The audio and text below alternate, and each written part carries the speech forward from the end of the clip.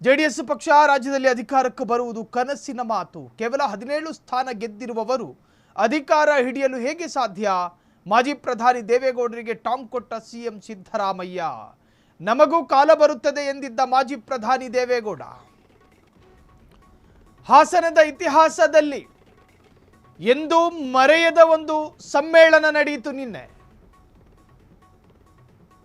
ಹಾಸನದ 7 ತಾಲೂಕುಗಳಿಂದ ಜನ ಕಂಡು ಟೆಂಪೋ ಹತ್ಕೊಂಡು ಬಂದಿದ್ರು ಹಾಸನದ ಮೈದಾನಕ್ಕೆ.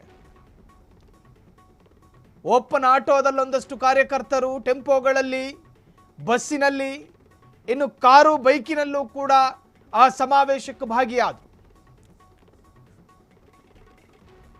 ಕಣ್ತುಂಬಾ ಜನ, ಎಲ್ಲೂ ನೋಡಿದ್ರು ಜನ. ತೆನೆ ಹೊತ್ತ ಮಹಿಳೆಯ ಫೋಟೋಗಳು ಅಷ್ಟ ದಿಕ್ಕುಗಳಲ್ಲೂ ಕೂಡ ಕಾಣಿಸಿಕೊಳ್ತಾ ಇತ್ತು. ಯಾವ ರೇವಣ್ಣರ ಸಾಮ್ರಾಜ್ಯ, ಮಾಜಿ ಸಂಸದನ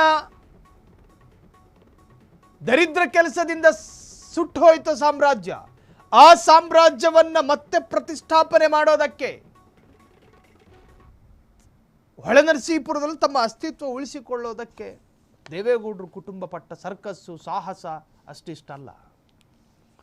ಆ ಸಂದರ್ಭದಲ್ಲಿ ದೇವೇಗೌಡರು ಅನೇಕ ಅವರ 5 ದಶಕದ ರಾಜಕೀಯ ಅನುಭವದಲ್ಲಿ ಕಂಡ ಏರಿಳಿತಗಳನ್ನೆಲ್ಲ ನೆನಪು ಮಾಡಿಕೊಂಡ್ರು.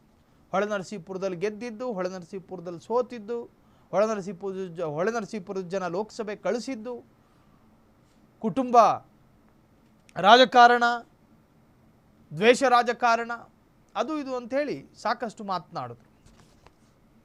ಅವರ ಮಾತುಗಳಲ್ಲಿ ಗದ್ಗದಿತತನ ಇತ್ತು. ಭಾವುಕರಾದರು ಕೆಲವೊಂದು ಸಂದರ್ಭಗಳಲ್ಲಿ. ಪಕ್ಕದಲ್ಲೇ ಮಕ್ಕಳು, ಮುಂಭಾಗದಲ್ಲಿ ಮೊಮ್ಮಕ್ಕಳು. ಭಾಷಣ ಮಾಡಿದ್ದೆ. ಪ್ರತಿಯೊಬ್ಬರೂ ಕೂಡ ದ್ವೇಷ ರಾಜಕಾರಣದ ಬಗ್ಗೆಯೇ ಉಲ್ಲೇಖ ಮಾಡಿದ್ರು. ಪ್ರಜ್ವಲ್ ರೇವಣ್ಣ ಏನು ಮಾಡಿಲ್ಲ ಪಾಪ, ಆ ಮನುಷ್ಯ ಯಾವ ತಪ್ಪು ಮಾಡಿಲ್ಲ. ದ್ವೇಷ ರಾಜಕಾರಣ. ಮಹಿಳೆಯನ್ನ ಬಲವಂತವಾಗಿ ಮಂಚದ ಮೇಲೆ ಏರಿಸಲಿಲ್ಲ ಆ ಮನುಷ್ಯ. ಮಾಜಿ ಸಂಸದ ಪ್ರಜ್ವಲ್ ರೇವಣ್ಣ ಏನೇನೂ ತಪ್ಪು ಮಾಡಲಿಲ್ಲ, ಪುಣ್ಯಾತ್ಮ.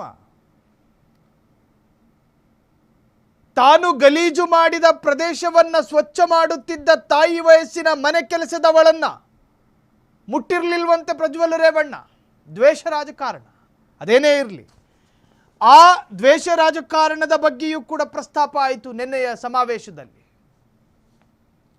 ಕೇಳಿಸ್ಕೊಂಡವರು ಚಪ್ಪಾಳೆ, ಹೇಳುವವರ ಉತ್ಸಾಹ ಮತ್ತಷ್ಟು ಜಾಸ್ತಿ ಆಗ್ತಾ ಇತ್ತು.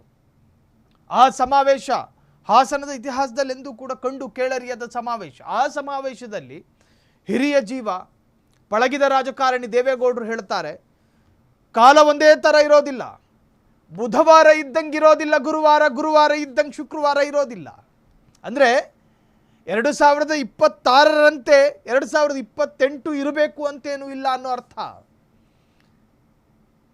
ಕಾಲ ಉತ್ತರಿಸಲಿದೆ, ಬದಲಾದ ಕಾಲದಲ್ಲಿ ನಿಮಗೆ ಕಲಿಸ್ತೀವಿ ಅಂತ. ನನ್ನ ಕಣ್ಣ ಮುಂದೆಯೇ ರೇವಣ್ಣರನ್ನ ಅರೆಸ್ಟ್ ಮಾಡಲಾಯಿತು ಅನ್ನೋದನ್ನು ಕೂಡ ಪ್ರಸ್ತಾಪ ಮಾಡ್ತಾರೆ. ಮಾಲೆ ಹಾಕಿ ಸನ್ಮಾನ ಮಾಡಬೇಕಿತ್ತ ಅಂತ ಹೇಳಿ ಒಂದಷ್ಟು ಕಾಂಗ್ರೆಸ್ನ ಕಾರ್ಯಕರ್ತರು. ಕಿಡ್ನ್ಯಾಪ್ ಪ್ರಕರಣದಲ್ಲಿ ಆರೋಪ ಕೇಳಿ ಬಂದಾಗ, ಅಣ್ಣ ಕಿಡ್ನ್ಯಾಪ್ ಮಾಡಿದ್ದು ನೀವೇನಾ ಅಂತೇಳಿ ಕೂತ್ಕೊಂಡು ಪೊಲೀಸರು ಸೋಫಾದಲ್ಲಿ ಕೂತ್ಕೊಂಡು ಕೇಳಬೇಕಿತ್ತ, ಅರೆಸ್ಟ್ ಮಾಡ್ದಲೆ ಇನ್ನೇನು ಮಾಡಬೇಕಿತ್ತು ಅನ್ನೋದು ಕಾಂಗ್ರೆಸ್ ಕಾರ್ಯಕರ್ತರ ಕುಹಕ. ನಮಗೂ ಕಾಲ ಬರುತ್ತದೆ ಎಂದಿದ್ದ ಮಾಜಿ ಪ್ರಧಾನಿ ದೇವೇಗೌಡರ ಹೇಳಿಕೆಗೆ ಮೈಸೂರಿನಲ್ಲಿ ಸಿದ್ದರಾಮಯ್ಯ ತಿರುಗೇಟು. 2028ರ ವಿಧಾನಸಭಾ ಚುನಾವಣೆಯಲ್ಲೂ ಕಾಂಗ್ರೆಸ್ಗೆ ಅಧಿಕಾರ. ಈ ಒಂದು ಸ್ಟೇಟ್ಮೆಂಟ್ಗೆ ಸಿದ್ದರಾಮಯ್ಯನವರು ಹೇಳವ್ರೆ, 17 ಸ್ಥಾನ ಒಂದು ಕಾಲಘಟ್ಟ ಇತ್ತು, 60 ಶಾಸಕರನ್ನು ಇಟ್ಕೊಂಡಿತ್ತು ಜೆಡಿಎಸ್. ಬರಬರುತ್ತಾ 32ಕ್ಕೆ ಇಳಿಯಿತು. ಅದಾದ ನಂತರ ಈಗ 17ಕ್ಕೆ. ಚನ್ನಪಟ್ಟಣದಲ್ಲಿ ನಿಖಿಲ್ ಕುಮಾರಸ್ವಾಮಿ ಗೆದ್ದಿದ್ರೆ ಏನೋ ಒಂದು ಎಕ್ಸ್ಟ್ರಾ ಇರ್ತಿತ್ತು, ಅಲ್ಲೂ ಕೂಡ ಸೋತರು. 17 ಸ್ಥಾನವನ್ನು ಇಟ್ಟುಕೊಂಡಿರುವವರು ನಾಳೆ ದಿನ ಗೆಲ್ತೀವಿ ಅನ್ನೋದು ಹೆಂಗೆ? ಯಾವ logic? There is no logic. ಒಂದೇ ಒಂದು ಗ್ಲಾಸ್ ನೀರಿರೋದು ಮಲ್ಲಿ, ಊರವ್ರನ್ನ ಕರೆದ್ರಂತೆ, ನಿನಗೆ ದಾಹ ಇದ್ರೆ ಬಂದು ಕುಡ್ಕೊಂಡು ಹೋಗು ಅಂತ. ಹೆಂಗೆ ಸಾಧ್ಯ? 17 ಶಾಸಕರು ಇರೋದಲ್ವ ಜೆ ಡಿ ಎಸ್ನಲ್ಲಿ. ಸರಿ, ಮೈತ್ರಿ ಮ್ಯಾಜಿಕ್ ಆಗುತ್ತಾ? BJPಯಲ್ಲಿ ಎಷ್ಟು ಶಾಸಕರಿದ್ದಾರೆ? 66. 17 ಎಷ್ಟಾಯಿತು?